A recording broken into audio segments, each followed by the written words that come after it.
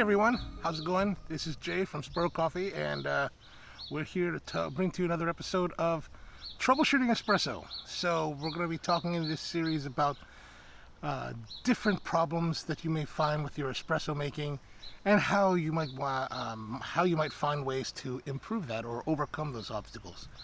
For today's episode, we're going to be talking about a topic that I think is a little bit more advanced in the fact that it takes a bit of experience to really get a hold of, and that is judging the shots. Let's take this off. So what I mean by judging the shots is, you've probably read a lot or heard a lot of people tell you things about, you need to use so much coffee, so much water, so much grinding, or so fine a grind, and all of that has to come together. That's true. And so whether this is something that I think comes through whether or not you're using 18 grams, 14 grams, 21 grams, 35 grams, whatever amount of grams you're using in your portafilter, this tip should help you improve what you're doing or improve the results that you're getting. Okay, so what we're going to talk first about is portafilter. Okay, so we've got a portafilter, and as you can see, this portafilter is a typically standard portafilter with a double shot basket, right? And this particular one is a pretty old model. It's pretty old in that it's fairly heavy brass, straight handled, with permanently mounted, or not permanently, but really screwed in tightly spouts. And this one is even the model where you have the old screw hole, where you used to have a little adjuster to adjust how much flow is going between the two spouts. There are more modern ones that are lighter weight and just a little bit more advanced design. But really, at the end of the day, they all kind of do the same thing. Where you may find the big differences in the basket that you're using. I'm going to be testing out some new baskets from another manufacturer soon. This is just an old standard basket that's Marzocco probably made 20 years ago. I mean, this portafilter is easy 20 years old now. So the newer ones, of course, have more contoured handles. They're angled, right? So you can see how it angles down. And that just is a little bit better for ergonomics. The handle is more ergonomic, right, between the two.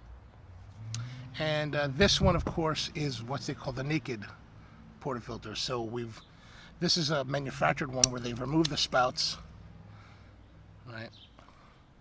And that's a great tool I think it's great in two respects. It was really designed, well, it was really promoted before as a tool to help you see how well your distribution is, right? So if your distribution was off and there's channeling, you're going to see stuff shooting out and making a mess. And that's a great tool. But also what I think it's really great for is that, especially in an espresso machine, you can take this, lock and load, and we like to, at Spro, we like to pour all of our shots into the actual serving vessel. So whatever cup we're using, we want to pull the shot directly into it. And so when we're talking taller cups, let's say a 12-ounce paper or 16-ounce, 16-ounce translucent cold beverage, or any kind of 12-ounce size, we want to be able to pull the shot directly into it. So let's say, for especially the 16-ounce plastic, that will slide right under here without having to deal with spout issues. And so I think that's one of the other great aspects of the naked portafilter. Also, on the newer La Marzocco ones, the spouts you can just pop off and pop on really easily. They've got a gasket that allows you to do that. And so in that case, you still have the spout that's here, and that will also fit over a 16-ounce cup, and so much easier to use. Okay, but anyway, what we're here to talk about is the flow. And the flow, what's the best way to describe it? So basically, you've got your coffee, you've ground it, you have dosed it, you have consistent dosing, you've learned how to properly distribute your coffee across the bed here. You've also learned how to properly temp the coffee in a level manner so it's not all wobbly and out of whack, right?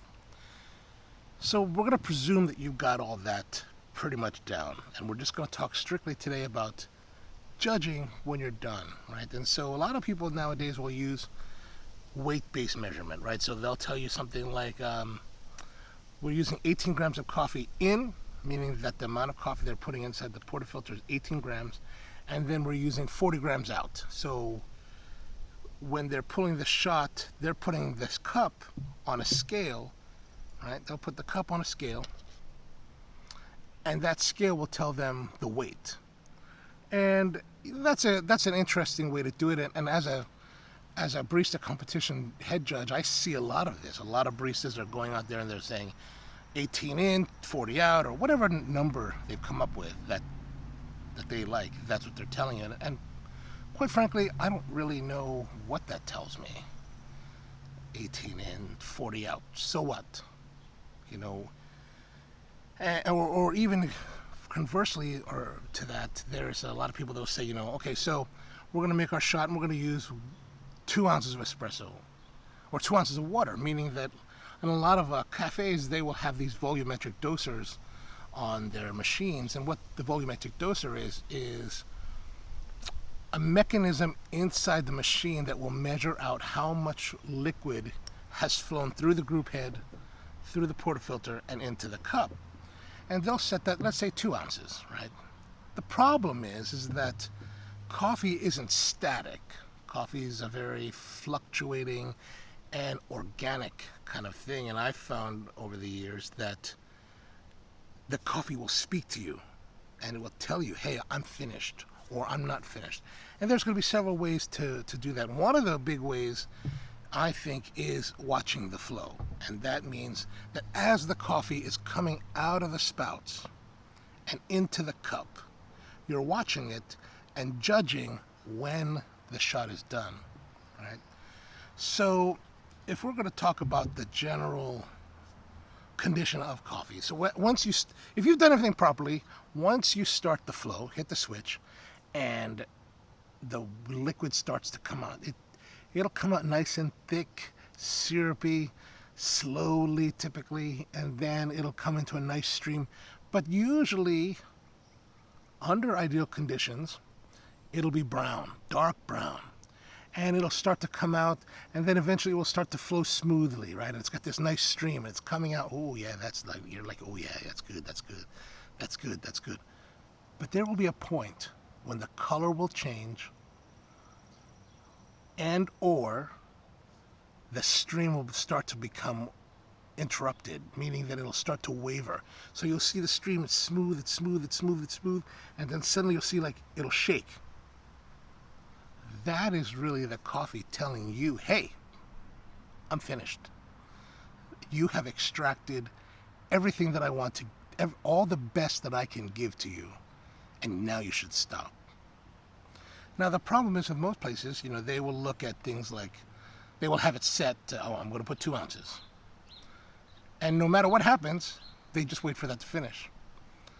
And so you tend not to get the best flavor. Or even with the measuring, with the weighing, all they're looking for is the weight.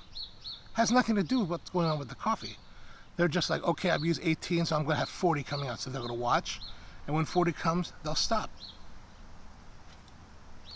To me, this is a problem, at least for the pleasure and enjoyment of drinking coffee. Well, why is this a problem?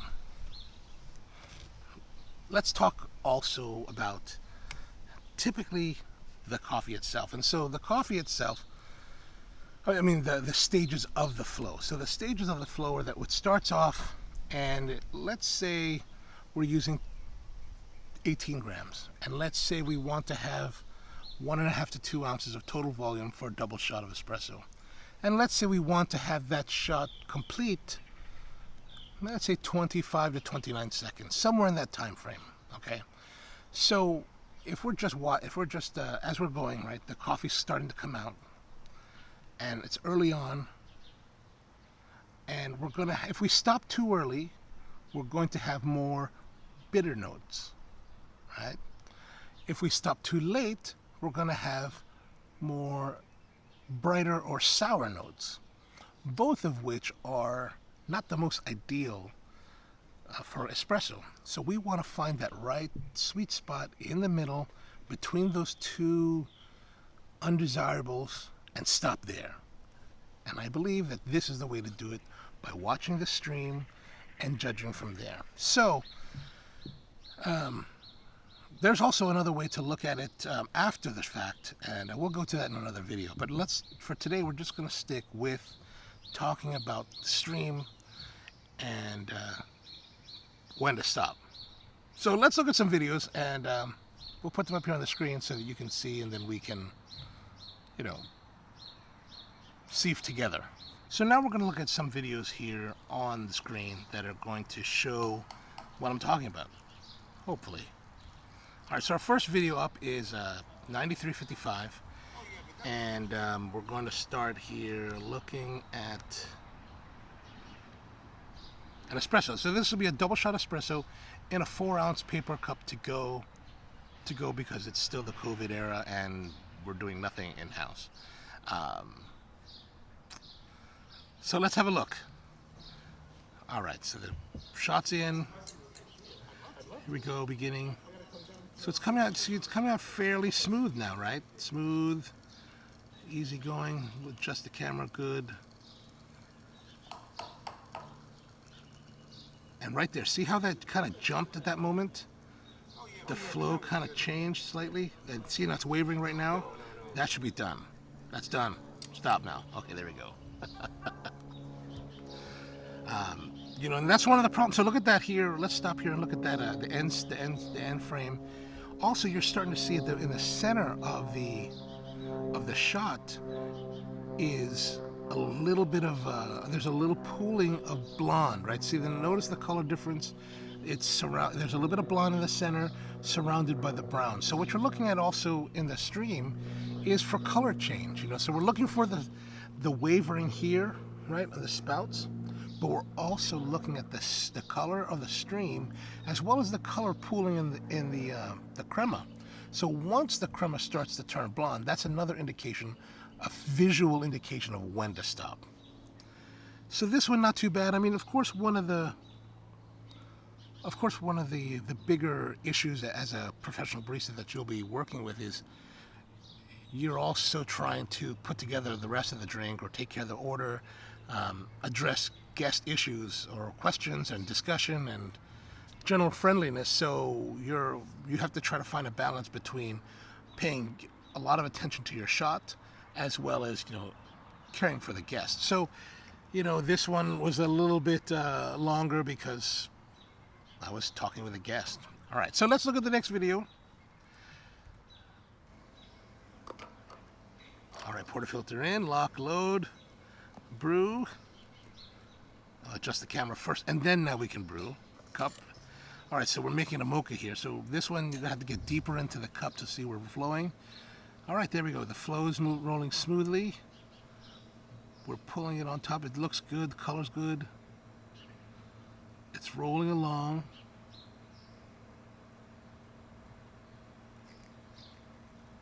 See how it's shaking right there? Yeah, that's where we should be stopping. Now that's telling us it's time to stop.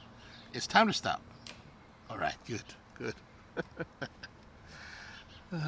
Sometimes I wonder, even if I'm the one pulling the shots, I wonder if I've seen them all. All right, so that was one of the mocha E's. As you saw, it's once it starts to like this, then it's time to stop. I mean, part of me will tell you that there's a little bit of window, but really should stop as soon as it wavers. So here we go, another again. Double shot espresso. And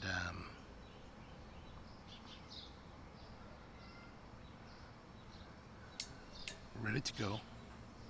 Okay, there it is. There's the stream coming out nice. Looking good. Nice color, dark color. It's starting to pulse.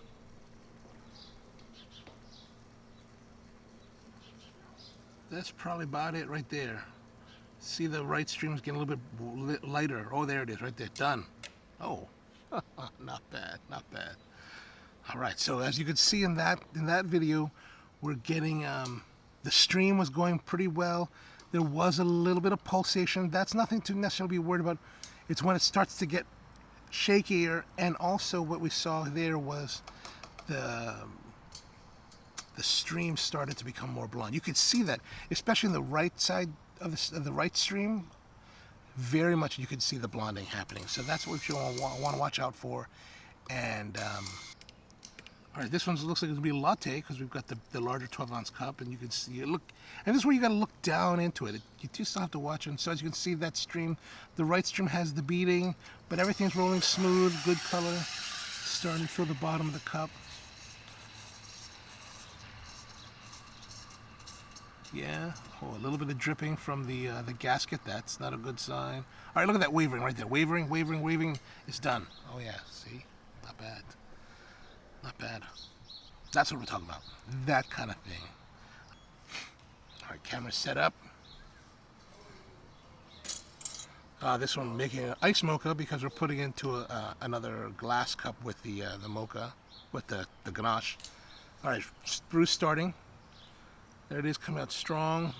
Stream. Oh, a little bit of slowdown there, which is all right. We're gonna ride through it and see where it goes. It's gonna start to pull out, stretch out, and then, oh yeah, there we go, stretching out to get more flow. So every time you're gonna pull a shot, it's gonna be a little bit different. So you just kind of gotta get a feel for it and start to feel, okay, there we go, smoothing out finally after so many seconds. And now we're starting it. There it is.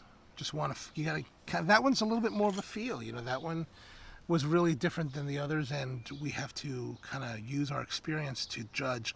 All right, now we're going to look at, in that case, probably going to look at not just the stream, not just the color, not just the way it's flowing, but also the volume and how much time we've been burning with that shot. All right, so let's go to the next one.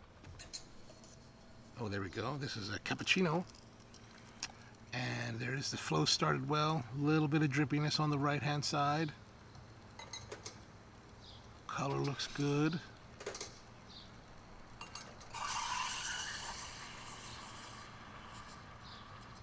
There it is, stretching out. There we go. Oh, there's that waver. See that pulse? That second pulse?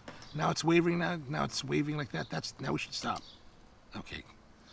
Maybe a little bit long, slightly long, second or two long. Again, another cappuccino. Starting off with some droplet, but really dark looking crema.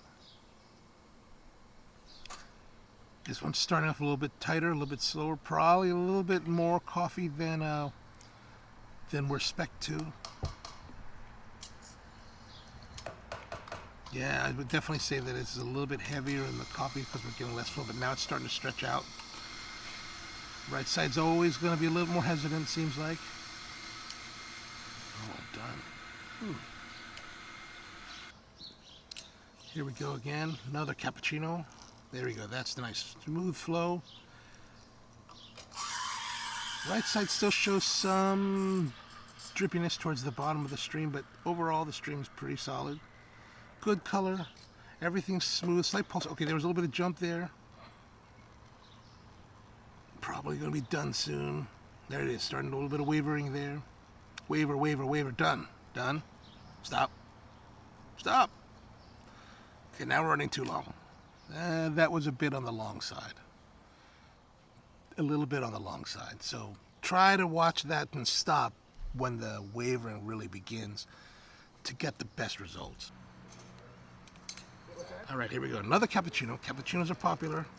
Cappuccinos, cortados, halpiamaki cappuccinos, whatever it is. So we've got the streamings going on. And yeah, it looks pretty good. So just watch. We're looking for the wavering. There it is. They're starting right there. There it is. Ooh, ooh, ooh. Stop now. Stop now. Okay, good, good. Stop now. I actually shot these videos probably several weeks ago now, and only now I'm sitting down to finish this video, and so I don't really recall how it looked when we shot it. So I'm actually watching this almost with new eyes for the first time. So, all right, we're pretty tight. All right, here we go. Cameras in place. Now brewing. All right, stream looking good. A little bit of drippiness, a little bit of resistance there. That's okay, but look at the color coming out of the spout. Looks nice. Some good dark reddish brown crema, some flecking maybe. But there's a little bit of it's going to stretch out now. Stretch out, good. All right, watch the stream. See this shaking just starting to waver? Yeah, right there. Now we're done. Now we're done. Stop. Could be tighter. Could be tighter. So that's pretty much how you do this in a setting of using regular cups. And so again, we're trying to pull all of our shots directly into the vessel that we're serving in. So if I'm going to make an espresso, I'm going to serve it in this cup, I'm going to pull the shot into it. I know a lot of people will take their shots and they'll put in something else and transfer it. We try not to do that. The only times we make exception to that is basically when the vessel exceeds the capacity of the machine. So we do have these, for when we have in-house service, we have 16-ounce pint glasses that we use for in-house service, and it just doesn't fit in any way under the spout, so we have to pull that separately. And then also with some of our flavors, let's say like with the mocha, ice mocha for example, as you saw in one of the videos, we have to put the ganache. We want to melt the ganache, so we'll melt that together with the espresso in a separate vessel and then transfer that into the actual finished beverage. So there are certain cases where we will pull the shot into something else, but for the most part, we want to put the shot directly into the vessel that you'll be drinking out of. And so with that in mind, let's have a look at what this theory looks like using a portafilter without the spouts and into a very full iced latte. Right? So at Spro we make iced lattes by filling a cup of ice, adding milk to it, and then pulling the shot directly into it. So it's a little bit more tricky, but you can kind of when you watch the video, look at the stream as it comes out of the spout. It's going to come straight out of the spout. Imagine this portafilter without this spout. There's just a little like nub here, a little like threaded nub, and so that's where all the espresso comes out of. So watch that, and we'll see about how it looks when it should be rolling.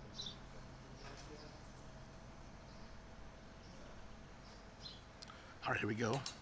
Brewing. So as you can see, it comes out as one stream. Look at that, nice and dark, going straight in the center. A little bit of wavering. That's okay. I'll stop tapping. Okay, there. See that? That shaky? There it is. It's kind of falling apart. It's kind of reaching the end there. That's pretty much towards the end. I would stop. Ooh, probably should stop right about now. Right, it's getting a lot more shakiness, but we're gonna let it run. I guess we'll let it run.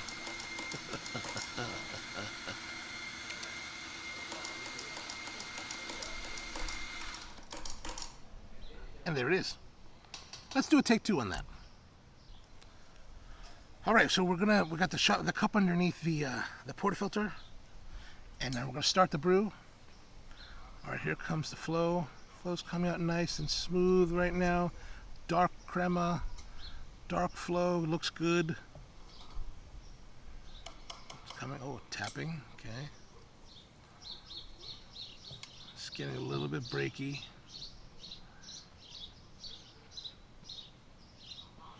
We're letting that flow. I would like to stop now. I like the way that it's splitting and kind of shaky. I would like to stop now.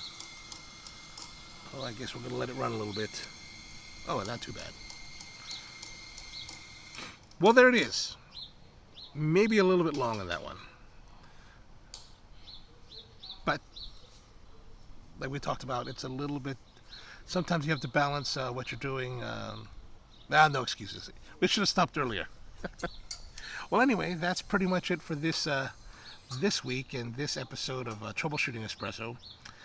If you have any questions or comments, please leave them below. Love to hear from you. Also, if you have any questions that we can answer or suggestions for future videos, do put those in the comments as well. It will help us to figure out where to go forward. What else is there to tell you? Of course, if you enjoyed this video, press the like button. Getting a lot of likes is a very big ego boost, and also helps our algorithms. Also, subscribing would be very helpful. Right now, I think we're 77 subscribers, which is cool. I'm very happy with that. But it's like when you see the guys and they've got hundreds of thousands of subscribers, you're like, man, we're really kind of small peanuts. So please subscribe. Tell your friends to subscribe. And then, of course, if you subscribe, hit the ring bell. Click on that the bell. Click on the bell, because that will give you notifications about whenever we put something out. And we're not going to put too much out. We'll put out videos now about twice a week. Usually the Spro vlog is on the first day on Monday, and then one of the other videos comes out on Wednesday. So we've got a variety of videos, not just the COVID or troubleshooting series. We've also got a tasting series, as well as our new Spro en Español, which is a kind of a fun project that we're doing with Sue, and I think we're going to bring Sergio into it as well, because they're native Spanish speakers. You really don't want to hear me speak Spanish, because I have nothing to contribute as far as my Spanish language ability goes. So that's pretty much it. If you need any coffee, please let us know. Come see us at sprocoffee.com. Or if you have the time, come visit us right now during these COVID times. Even though the governor started lifting some of the regulations, the Café du Spro in Cockeysville is still closed, because that's really an indoor seating experience and doesn't really have any outdoor. We don't have any outdoor seating. But Spro Hamden, our flagship store, is open, and it's open right now 9 a.m. to 2 p.m. on 36th Street in Hamden. Here's the address. We've got outdoor seating in the front. We've got a small seating on the deck. We even have our own special little garden in the back. So come and see us. Have some coffee. We'd love to have you. We look forward to seeing you. And otherwise, that's pretty much it for this time. Have a good one.